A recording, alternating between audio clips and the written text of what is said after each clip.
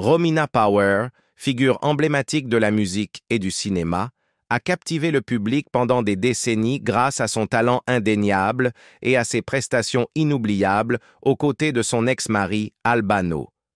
Mais derrière la gloire et le succès se cache un parcours profondément personnel, marqué par une tragédie inimaginable, la disparition de sa fille, Ilenia, et le lourd fardeau qu'elle a imposé à sa famille.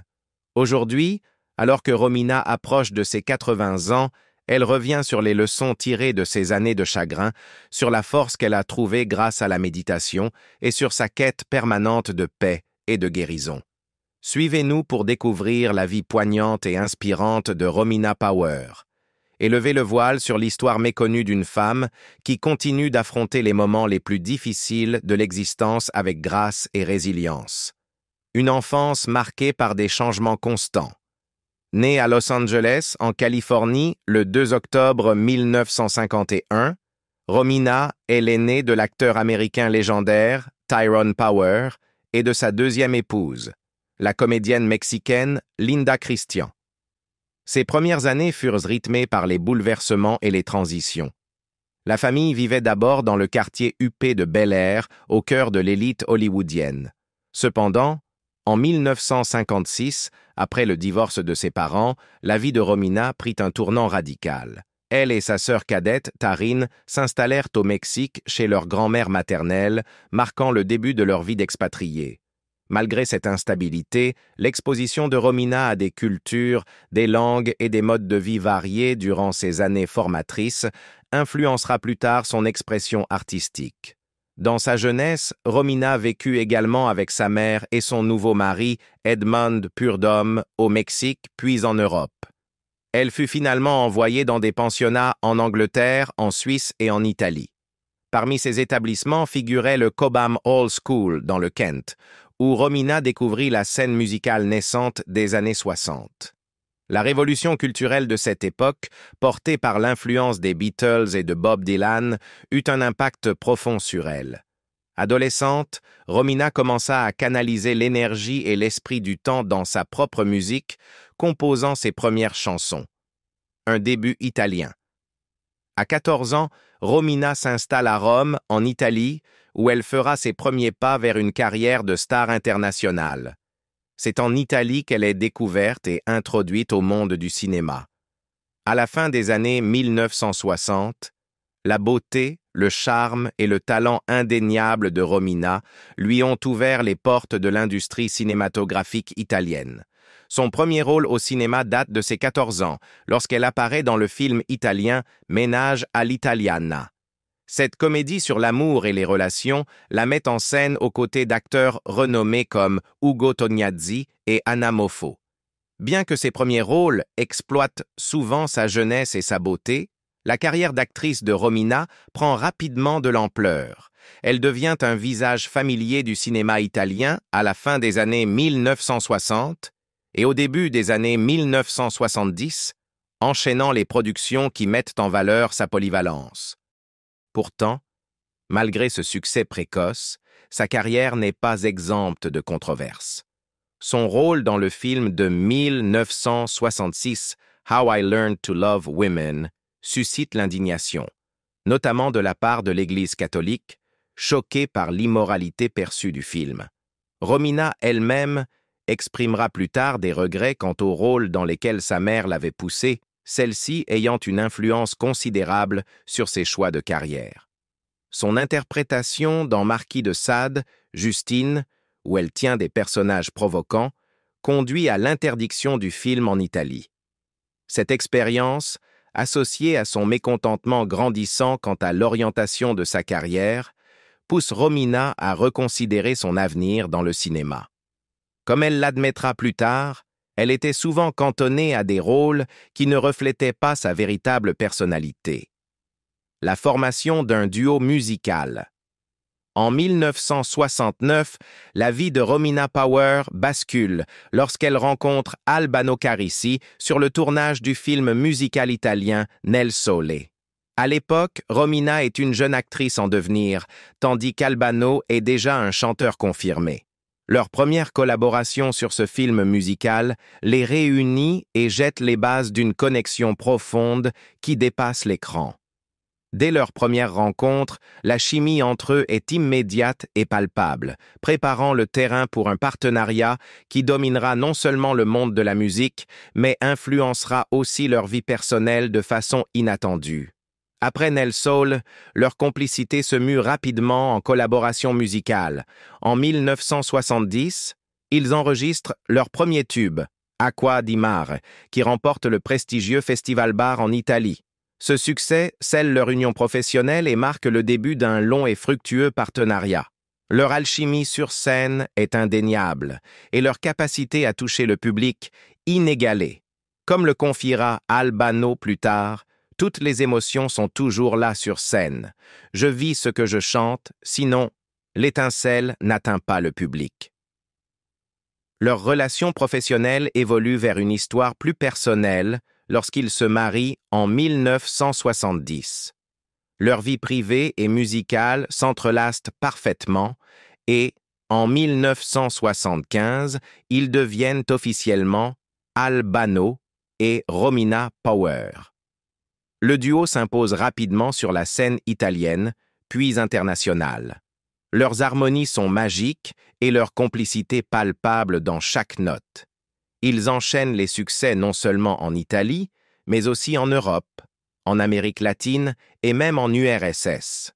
Des chansons comme Felicita, Charazza et Si Sara deviennent des hymnes à l'amour, à la liberté et à la joie, touchant des millions de cœurs.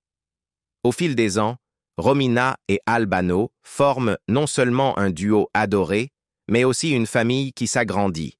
Ils ont 4 enfants, chacun jouant un rôle important dans leur vie. Leur aîné, Ilenia Maria Sole, leur deuxième enfant, Yari Marco Carisi, leur troisième, Christelle Chiara Carisi, qui s'est fait connaître en participant à l'émission de télé-réalité italienne La Fattoria 2. Et enfin la Benjamine, Romina Yolanda Carisi, elle aussi sous les feux des projecteurs lorsqu'elle prend part à l'Isola dei Famosi en 2005 aux côtés de son père. Leur succès atteint de nouveaux sommets en 1985 lorsqu'ils représentent l'Italie au concours Eurovision de la chanson avec Si Sara, où ils se classent à la 7e place. Ce moment marque une étape importante de leur carrière, leur musique obtenant une reconnaissance internationale. Au cours de leur parcours, ils remportent de nombreux prix, dont le Kawakami Award du Yamaha Pop Festival en 1980, confirmant leur place sur la scène mondiale. Leur influence est telle qu'en Roumanie, leur chanson Liberta devient un hymne officieux à la liberté après la chute du régime communiste. Cependant, malgré ce succès professionnel, la dynamique personnelle entre Romina et Albano est loin d'être parfaite. Romina, en particulier, peine à supporter les exigences de la célébrité et le poids émotionnel qui l'accompagne. Elle confie un jour « L'énergie que l'on reçoit du public sur scène est incroyable, mais vivre dans une valise, c'est difficile. Les tournées incessantes et la pression du spectacle pèsent lourd sur elle. Si elle s'épanouit sur scène, elle peine à gérer le poids émotionnel de la vie sous les projecteurs. Malgré ces difficultés, leur connexion musicale reste intacte. Albano, évoquant leur partenariat, déclare « Toutes les émotions sont toujours là sur scène. Cette alchimie avec Romina, quand on fait de la musique, c'est comme du mercure, de la magie qui opère depuis le premier jour et toujours. » Cette phrase résume le paradoxe de leur relation. Des émotions enfouies, mais toujours présentes dans chaque performance. Leur complicité scénique n'était pas toujours le fruit d'un amour romantique, mais parfois d'un profond respect et d'une compréhension mutuelle. Romina devait souvent compartimenter ses sentiments pour rester concentrée. « Si je laissais mes émotions s'exprimer sur scène, je ne pourrais pas chanter.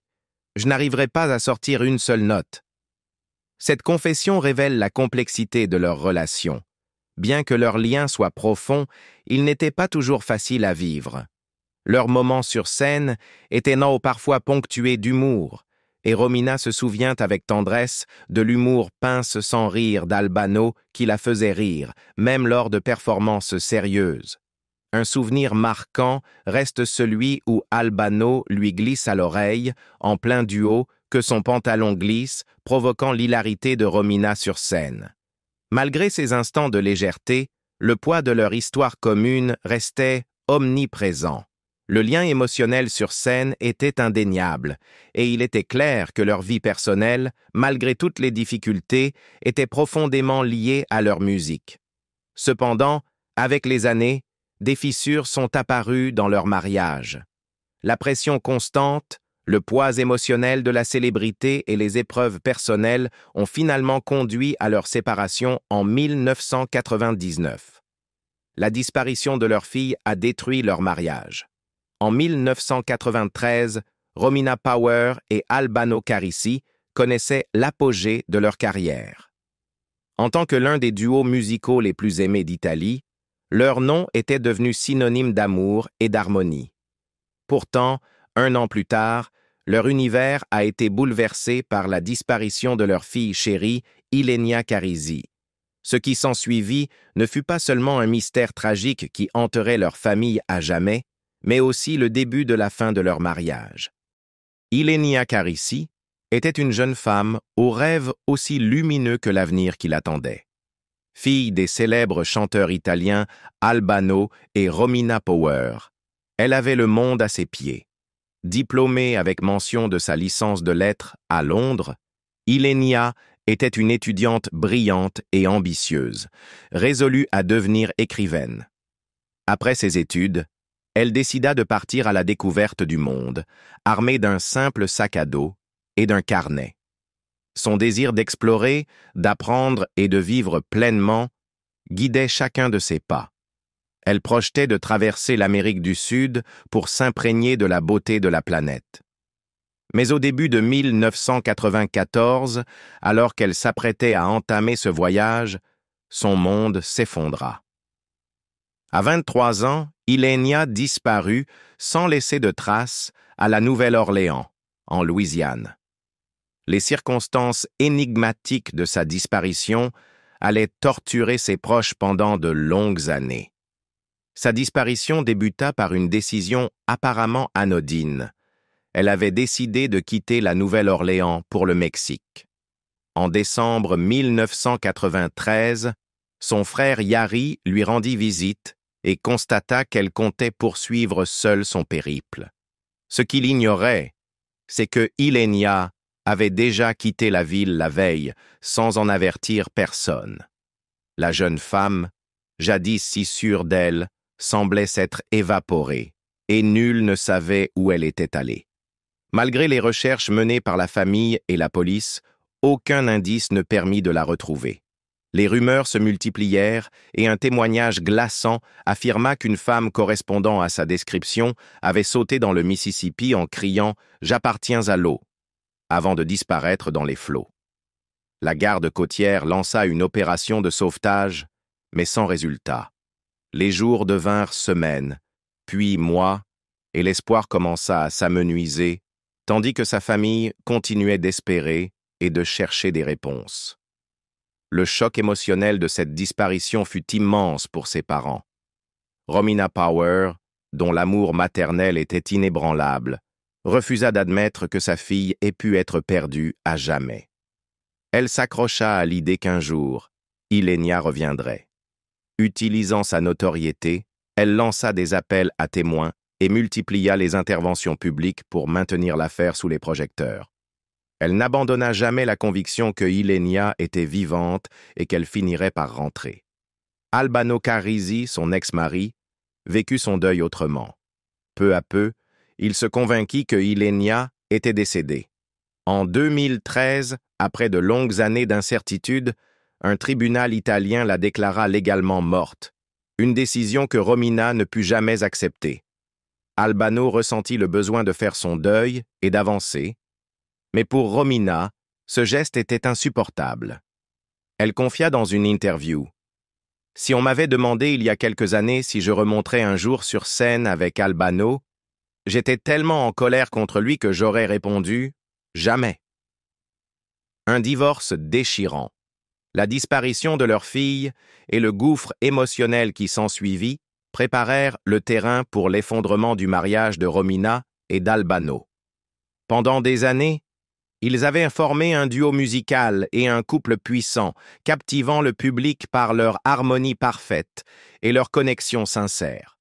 Mais la tragédie de Ilenia les avait transformés de façon imprévisible. Leur union, autrefois solide, se fragilisa sous le poids du deuil, de leurs convictions divergentes sur le sort de leur fille et de la pression écrasante des médias. Le tribut fut dévastateur. Le refus de Romina d'accepter la mort de Ilenia s'opposait à l'acceptation de la dure réalité par Albano, ce qui alimentait des conflits constants. Leur distance émotionnelle s'accrut, et malgré leur succès toujours présent en tant que duo, leur relation personnelle se délita.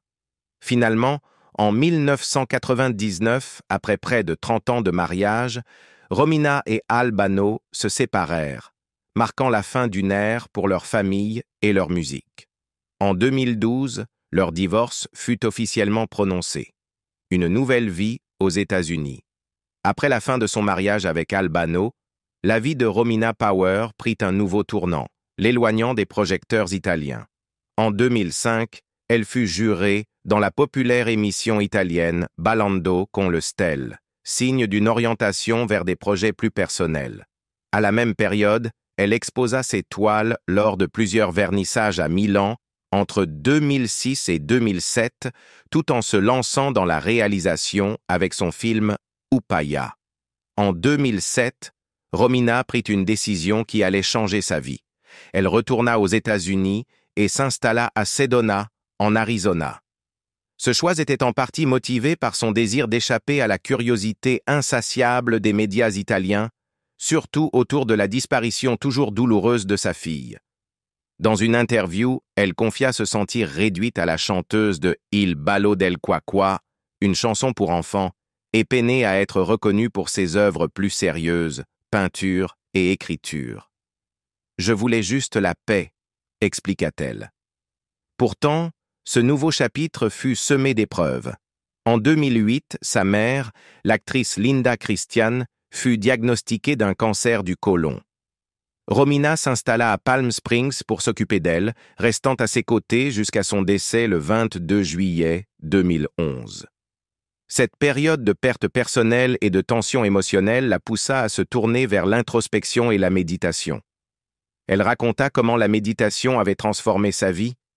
« La méditation change le cerveau. Je ne peux que la recommander à tout le monde. On devient une meilleure personne et surtout plus heureuse. » Son cheminement spirituel, ancré dans le bouddhisme, lui permit d'affronter et de pardonner les moments les plus douloureux de son existence. Malgré son retrait de la scène médiatique, le lien de Romina avec la musique ne se rompit jamais complètement. En 2012, elle publia un album intitulé « Da lontano », rassemblant des chansons composées en 1999. Cette sortie fut un événement marquant son retour musical après de longues années d'absence. Son retour sur scène eut lieu en 2013, lorsqu'elle se produisit à nouveau aux côtés d'Albano lors d'un concert à Moscou, dans des circonstances inattendues. « Il y a des années, j'ai découvert la religion au cœur du repère d'iniquité de Miami », confia-t-elle à propos de son parcours spirituel. « Le bouddhisme. Je médite depuis, et la méditation m'a sauvé la vie et m'a aidé à pardonner. » Cette réunion professionnelle mit en lumière la guérison émotionnelle qu'ils avaient chacun entreprise de leur côté. Alors que Romina trouvait la paix grâce à la méditation, Albano, lui aussi, puisait dans sa foi une forme de consolation. Tous deux partageaient une compréhension profonde, malgré les années de séparation et le deuil personnel qu'ils avaient traversé. La nouvelle vie d'Albano et son succès continuent. Pendant que Romina prenait ses distances avec la musique, le parcours d'Albano fut tout autre. Après la fin de leur mariage, il reprit sa vie en main et forma une nouvelle famille avec la présentatrice italienne Loredana Lecciso. Ils eurent 2 enfants ensemble, et Albano trouva un nouvel épanouissement dans sa vie de famille et dans sa carrière de vigneron, en parallèle de la musique.